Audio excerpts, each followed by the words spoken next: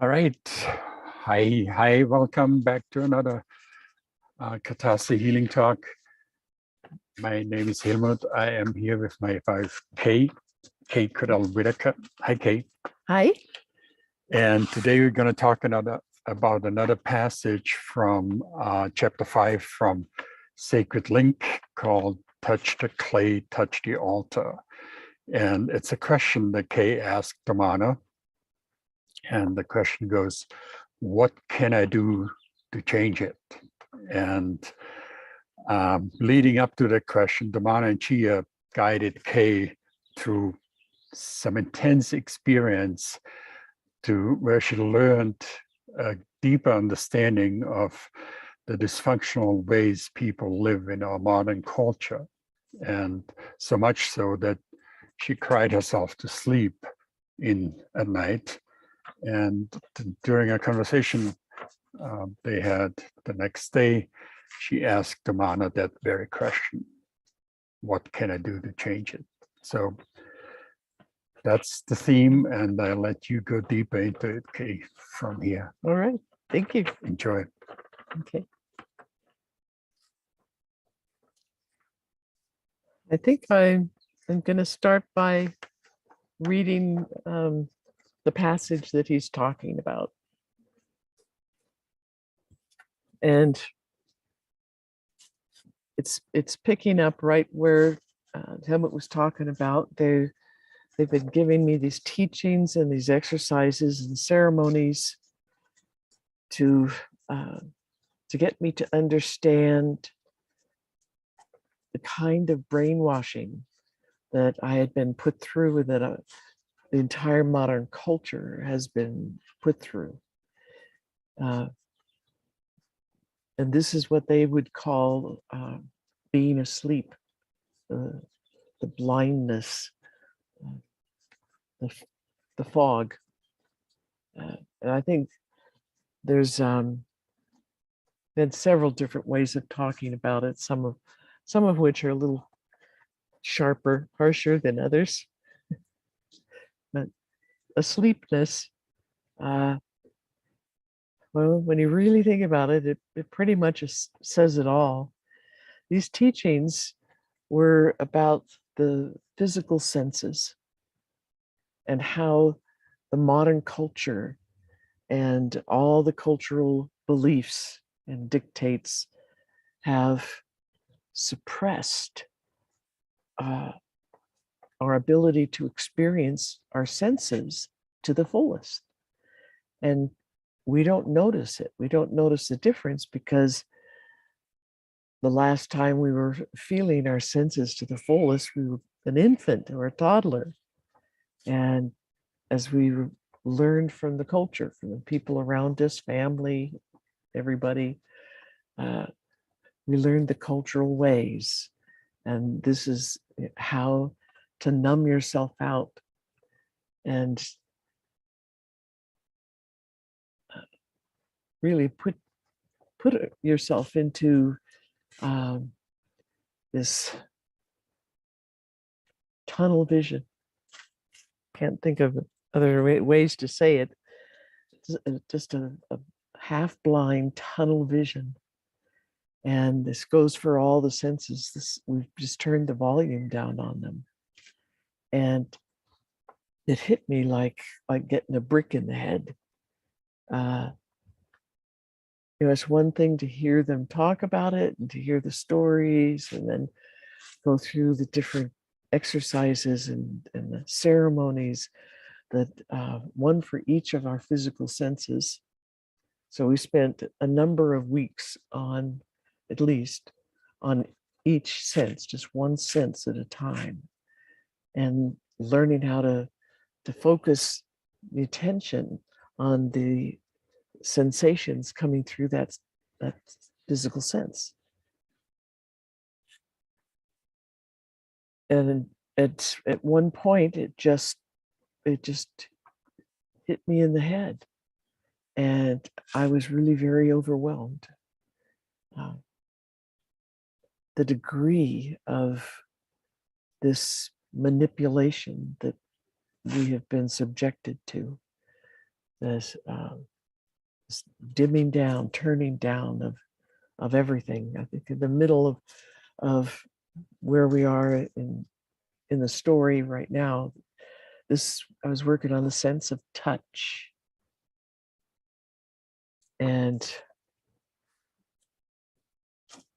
I think that's kind of what pushed me over the edge. We'd gone through some of the other senses before the sense of touch, but this just, I just felt completely powerless, diminished, overwhelmed, unable to think in any way whatsoever about how does one undo this? How does one get out of this? Or can you? And we've been so thoroughly programmed essentially for our whole lives. How do we change it? And that's what I asked him. I said, but what can I do to change it? Because they had been teaching me a lot about not expecting something outside of myself, them, or other people, or some kind of magic that's outside me to just go poof and make it all nice and good and better. But in this way of thinking and living, in this shamanic tradition, we have to learn how to do things for ourselves and figure things out inside ourselves. If we don't like what we see, in terms of what's in us, what's around us, what we've made our life to be, then the responsibility lies on us, each individual, to figure out what it is we really do want, and how do we manage to do that? How do we manage to get there? So Domano says, first thing, it's always really kind of blunt to the point.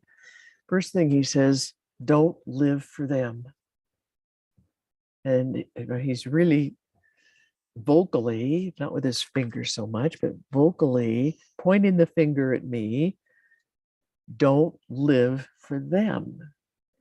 What we have learned how to do in our modern culture to help keep us asleep, we learned how to pretend to be somebody else, somebody that we think others want us to be, or what the culture wants us to be, or what they expect us to be.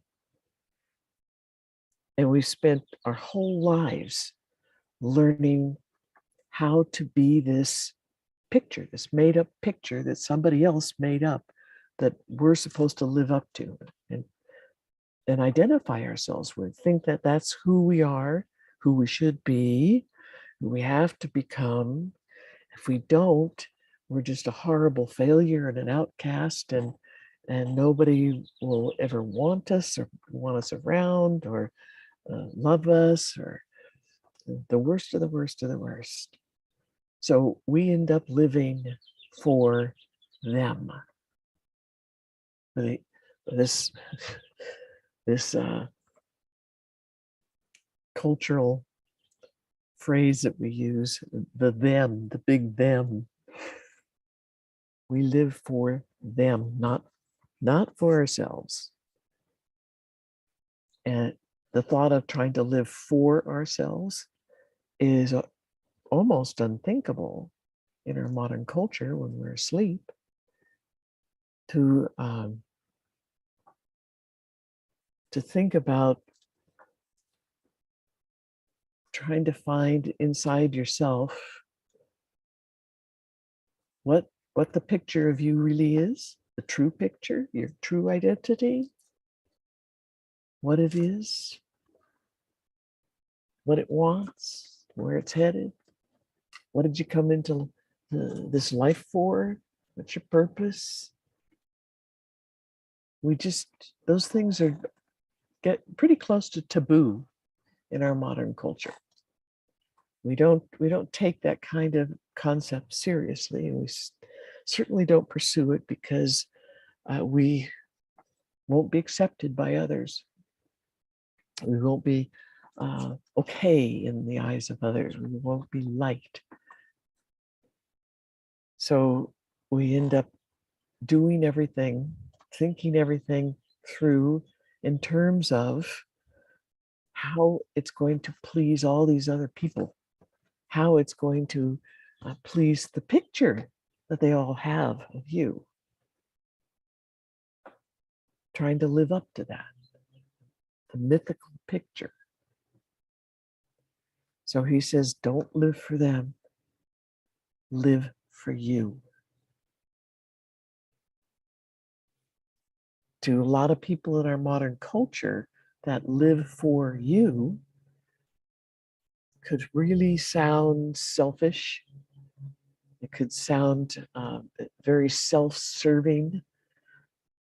And we're taught in the modern culture and the whole Judeo-Christian Muslim outlook on life. It's much better to give than to receive. It's much better to always try to be doing things to make others happy, to appease others. And that's supposed to make you happy. But the Hedekas say it's a lie. It's a whole lot of lies. And we're trying to do things, expecting ourselves to be eager to do them, be happy to do these things, happy to fulfill them, happy to give this pleasure to other people around us, to live up to their picture of us. It's going to make them happy. It's going to make them peaceful. It's going to make them like you more. It's going to make them easier to get along with. But Domano just leaned over and he said, take back what is yours.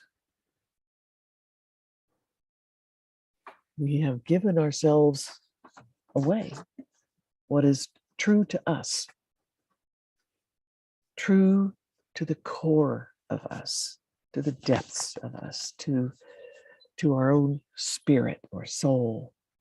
That's what they call our own song, our beingness, our aliveness. Take back what is yours. Because we learned how to throw it all away, give it away to others, to think of it as meaningless and worthless and being really selfish, in a way the culture disapproves of.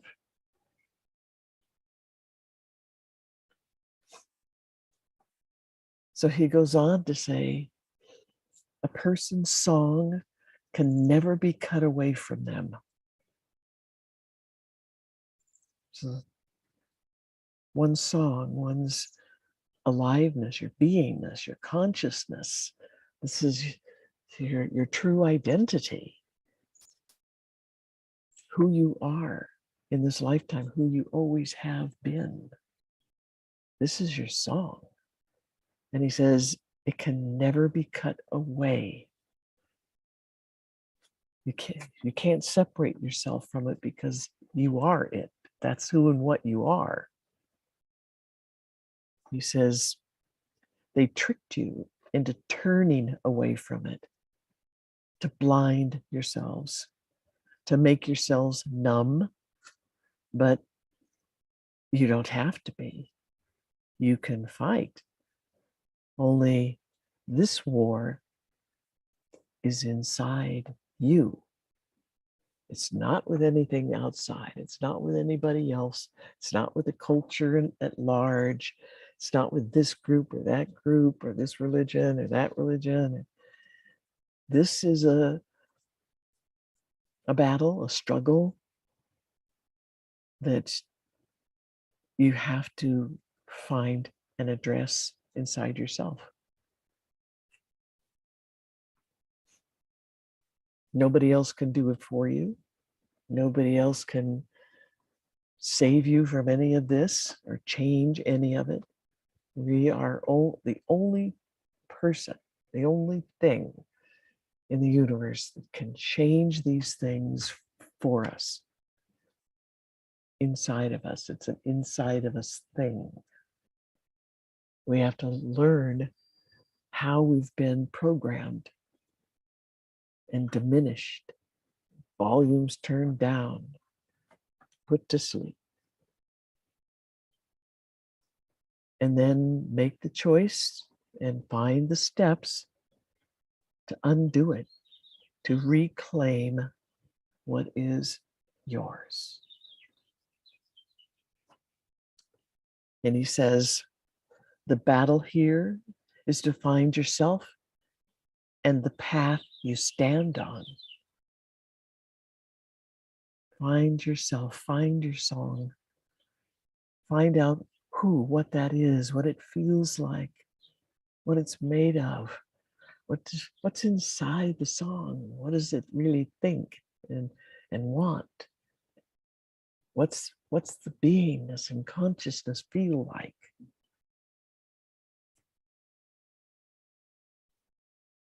And then the path you stand on.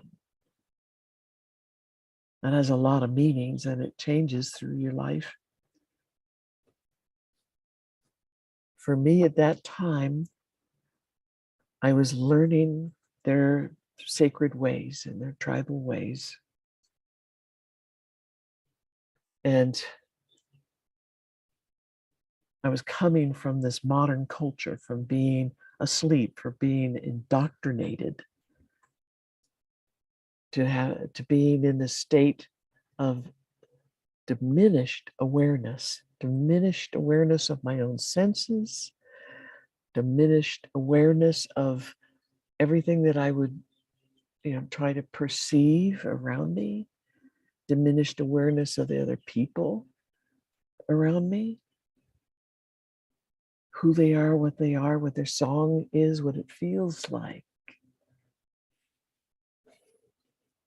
What all these other things, what's a tree feel like, and the grass, and the sky, the wind, and the water.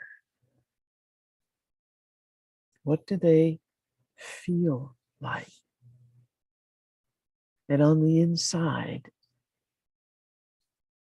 the Hedicus say that we have senses that are invisible, the invisible senses. We have our physical senses, we kind of got an idea what that is, even though we've diminished them.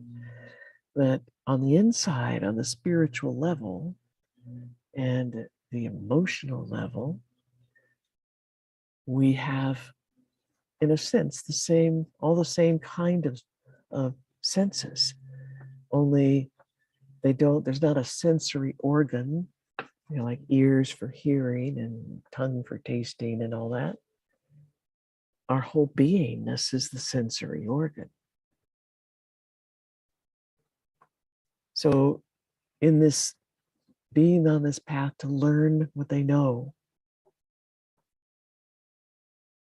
it means finding those inside senses, the spirit senses, the unseen, the invisible senses. Finding the path that we walk on. At this moment in time in the story, I was still very, very, very asleep. I was just starting to crack Humpty Dumpty's eggshell.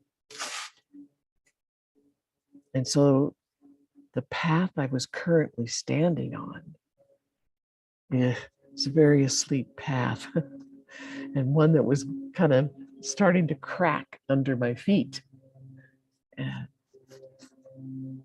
making things feel very precarious, not quite knowing what my path was, what my direction was, what it maybe what it should be. That's what our modern culture teaches us. We grew up learning should.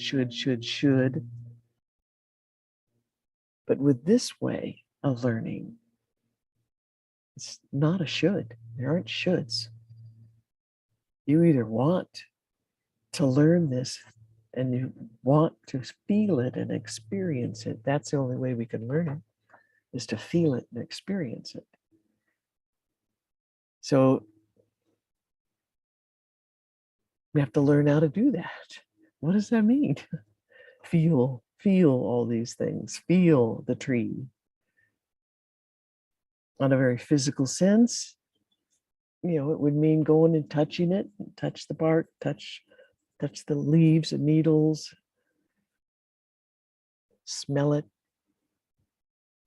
be seeing it with your eyes, might taste it, put a little in your mouth, taste it, maybe hear the moving of the leaves, the branches rustling. Those are all the physical edge. It's like the top piece of the senses. The physical outer edge, the covering of what the real senses are, which are the spirit senses, the invisible senses. And that's all feeling. It's all feeling and experiencing. So for me at this moment, find myself, find path I'm standing on. This is almost Greek. I sort of barely start to understand it a little bit. Like, what's he talking about? I don't know. I'm never gonna know. But I had just enough to realize that the path I was standing on was really, really different than the path that Domano and Chea were standing on. And they were walking forward down their path. And I could tell that the path that I was on was changing. It was crumbling, and it was headed towards some specific things in our culture and taking me down a road of trying to do everything for others the way they want me to do it, to not think for myself, not feel for myself, but take everybody else's word for it, giving away all my power, giving away a song. So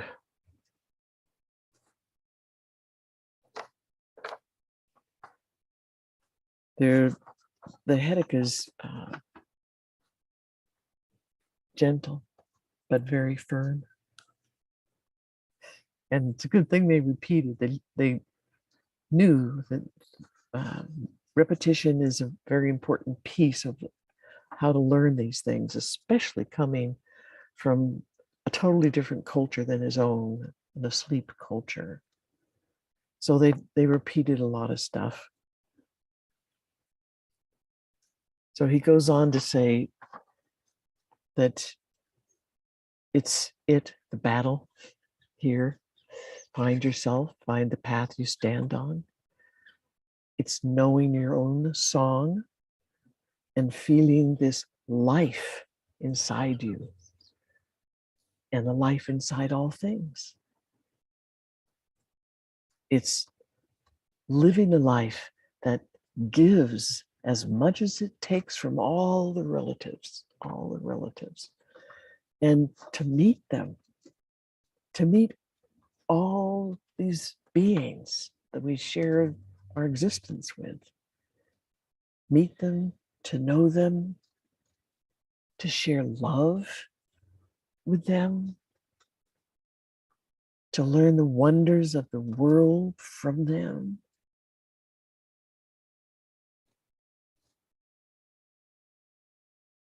And even to meet with your own species in harmony. Meeting with all these relatives, and especially with your own species, in harmony and giving. Harmony and giving, giving of love, not giving your power away, giving of love, giving of caring, giving this being there for you in love. It's about being able to respect yourself among the generations. That just about knocked me off the bench. Because this was one of the times that they said something to me, and I really got it. I really understood the deeper meanings of it. And it just walloped me. Being able to respect yourself among the generations. What they're meaning here is, can you hold your head up in face of all the generations before you, within your own family and clans, or within the families and clans and races of all these other people on the planet, including theirs? If I was to be in the presence of the tribe and meeting the elders and the others, the children, and feeling the presence of the ancestors and their honoring of the ancestors, honoring of what their ancestors taught them, and holding it as dear as they could and as pure and clean and accurate as they could, and living it, living their lives according to all those teachings. Could I be among them and be feeling and thinking of their ancestors, their generations, and looking at those little kids, the next generation coming up, or pregnant belly of a woman, the newest one to be born and coming up into the world? Could I hold my head up? Could I feel good and proud of how I have been living, of what my path had been, how I had treated myself, treated my own song, my own aliveness, my own connectedness to all things, my own relationship to all these relatives in this connectedness? Would I feel shame instead? Would I feel like I hadn't measured up? And at that moment, I definitely felt a lot of shame and realized that the way I have lived my life and have thought and felt and had my emotions, my whole life to that point was very asleep. And in that very asleep way of being in our modern culture, we're taught about things like judging and condemning and belittling people and lying and cheating. And the spiritual things were rarely thought of, definitely not understood.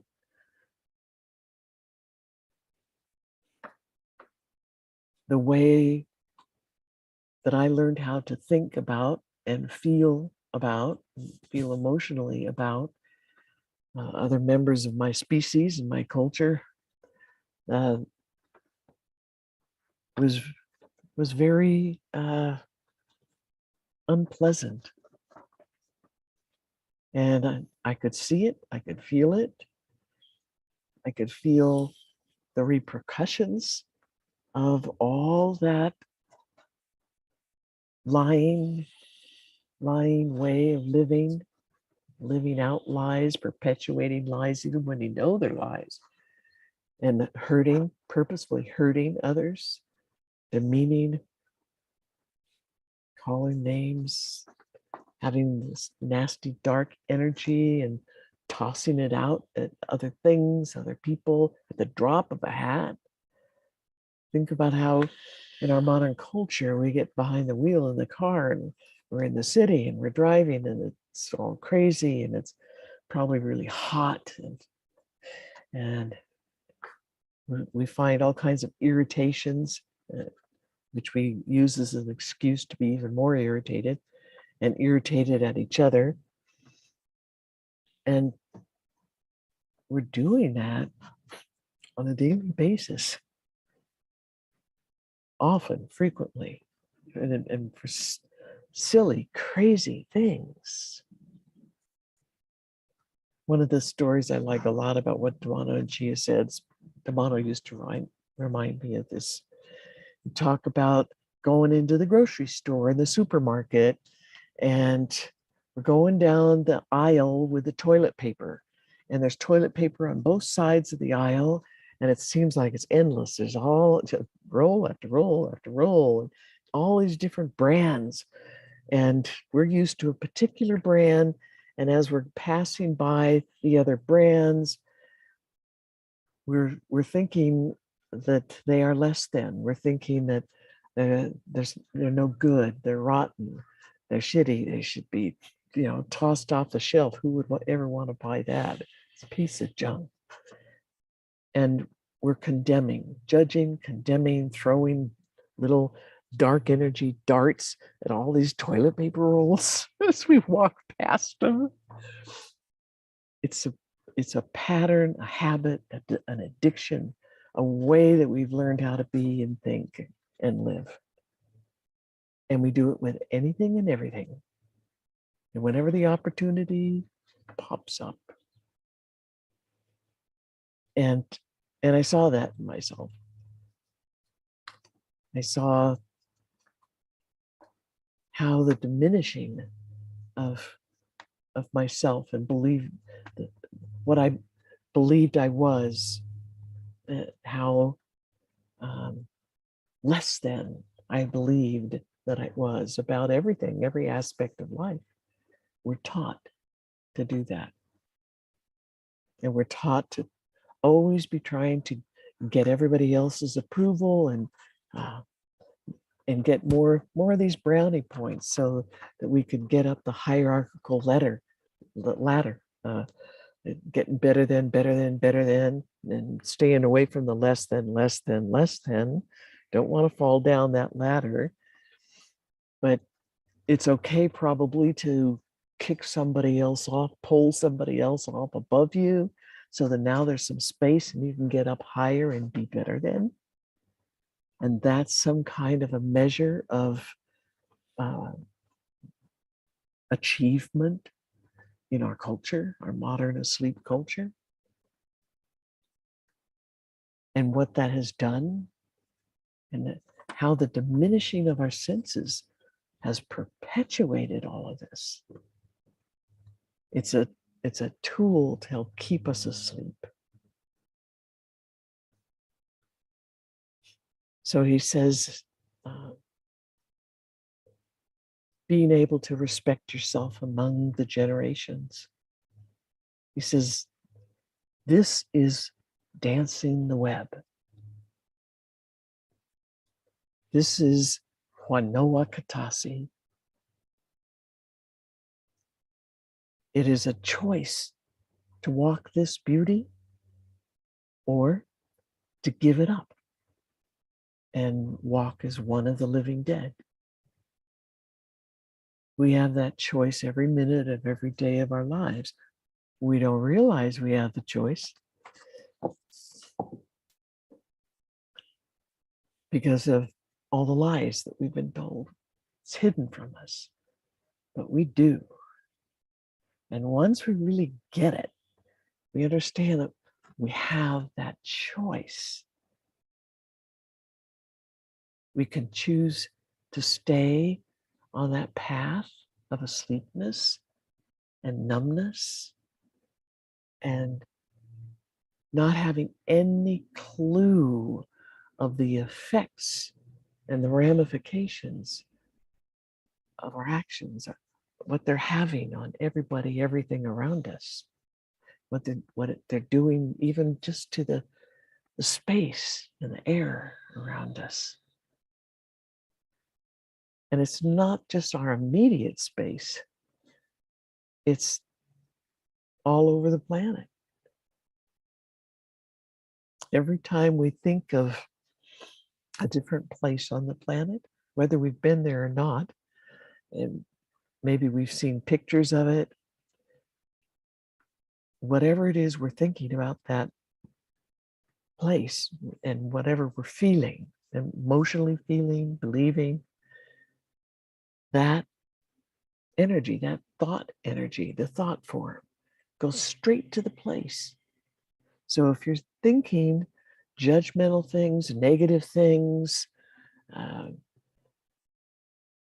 things that it's very demeaning kinds of thoughts, put downs, then all that dark, negative, destructive, injurious energies go straight to that place.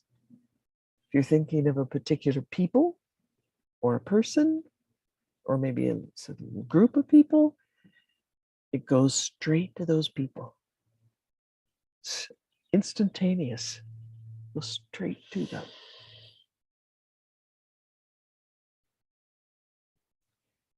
So these are the kind of things that were part of this teaching, and teaching about the senses. When you start thinking about the senses, for us, it starts with the physical senses, because we have to unlock that first door, the physical senses, and start realizing, experiencing what they actually are. They are a point of interaction to what is around us. They are a form of connecting, a form of our connectedness to all these different things around us. And they are the doorway to the spirit senses. And they're the doorway to the kind of knowledge that exists around us, in the ethers, in the field around us, in all the different living songs around us, including things like the dirt or rocks, water, air, and things that we think of as alive, like the trees and the plants and bugs and animals and other people, that kind of thing.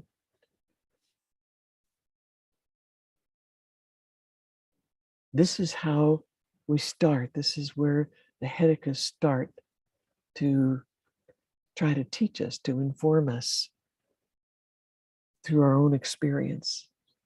They lead us to the experience. Don't do it for us.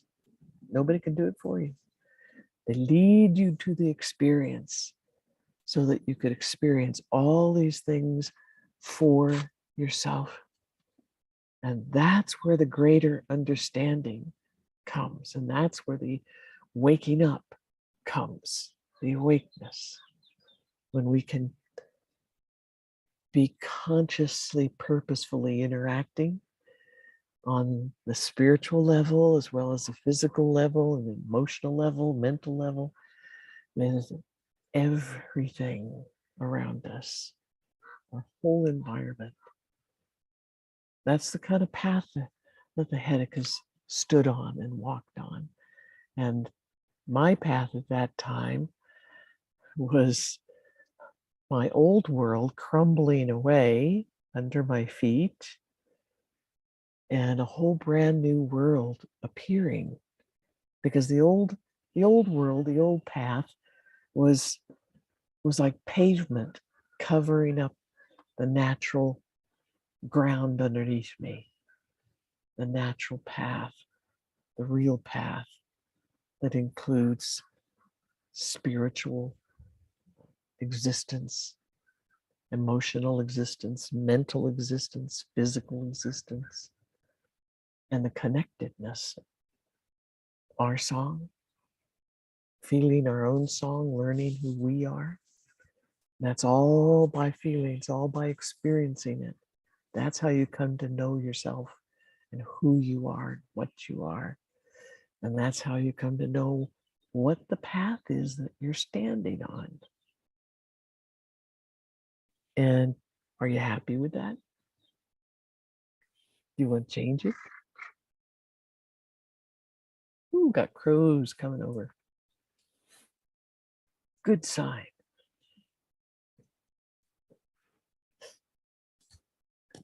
And I think that's enough on this particular subject and what that means. What do Domano's words mean in this place, this passage? Okay.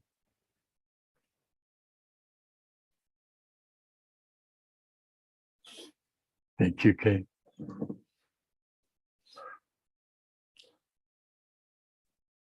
I'm always so blown away of finding out how much you pack into a couple of paragraphs of your writing. I mean, these are the secrets to waking up. It's the doorway to heaven. Anyway, the book is Sacred Link, Joining Fortunes with the Unknown. You can find it on Amazon. If you want to learn more about this way of life, experience it and learn it for yourself. Kay is teaching one of our big courses, The Call of Your Song, starting in October.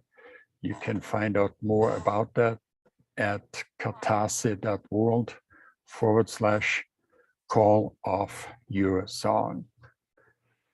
And I think that's it. Beautiful, truly beautiful.